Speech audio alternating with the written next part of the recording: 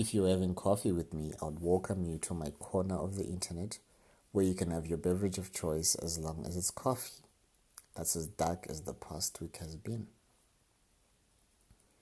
It's such a heartbreaking weekend. Amidst all the regular drama, there's a milk shortage and supermarkets are limiting the amount of milk you can buy. An article in a local media production, Newswire, highlighted on how part of the milk shortage was due to 1. Above normal rainfall affecting cows' milk production. 2. Import regulations and COVID restrictions limiting powdered milk imports. 3. Rising price of stock feed making milk production unprofitable. If you're having coffee with me, I'll tell you that I prefer my coffee or tea with no milk. It tastes like cow to me. We can blame that on my mission boarding school experience where the milk came straight from the cow.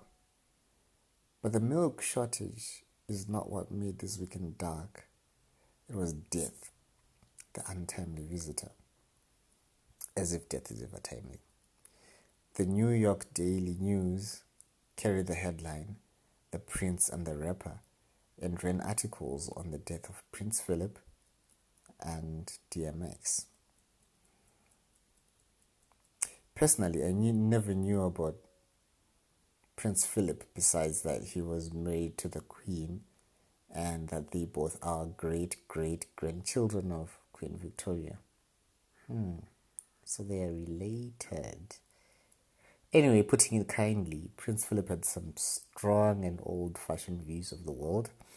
My culture taught me not to speak ill of the dead, afa anaka, loosely meaning in death we become saints. A rare photo of Prince Philip and the Queen casting their sights on new colonies.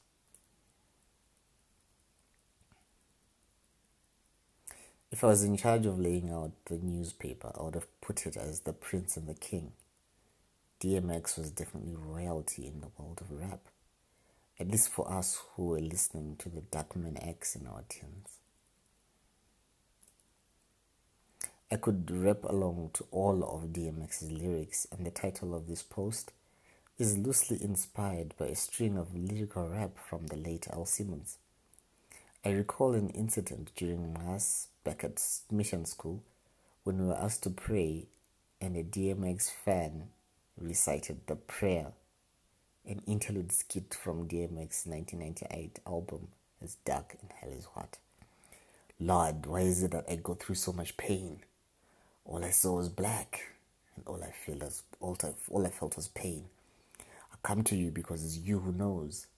You showed me that everything is black because my eyes were closed. If you're having coffee with me, I'll tell you that there was another death this weekend that struck me even closer than the first two, that of Dr. Cindy. Dr. Cindy died after 2 months hospitalization battling COVID. For her birthday, a well-wisher had started a fund to gift Cindy Life to help pay off the astronomical medical bills of continued hospitalization. I kept hoping she would snap right out of it and was anticipating to read all about her experiences in her trademark Twitter threads, where she made everyone feel welcome. I was even waiting for an opportune moment to invite her for a blog feature. I had Dr. Cindy on a list of people I wanted to have a conversation over coffee with. Raises coffee mug to the sky. Rest in power. I remember being astonished to learn that though she was a South African doctor, she was of Zimbabwean descent. After she had responded to a tweet in Shona, I had discovered that she was born in Zimbabwe and had attended local primary school and high school before going to study medicine in Pretoria. She was one person who lived life loud. And if the tribute posts that are pouring in are anything to go by, she touched the lives of many, many, many people. The Duchess of Healing now rests. If you're having coffee with me, I'll tell you that speaking of COVID, the cases in the country have been going up, with boarding schools on course to be the next hotspots.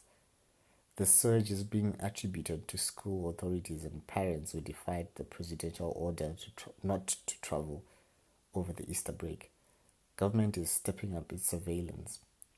Meanwhile, vaccination continues, and as of Saturday, 10th of April, 178,237 people had received their first jab, while another 27,968 had received their second shot. My mom sent a message that she was ready to go and get her jab. She seemed mildly surprised that none of her children had expressed reservations or said, "Don't go. Please don't go."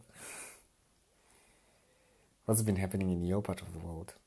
You'll have to speak up. I have the Rough Riders anthem on repeat on high volume.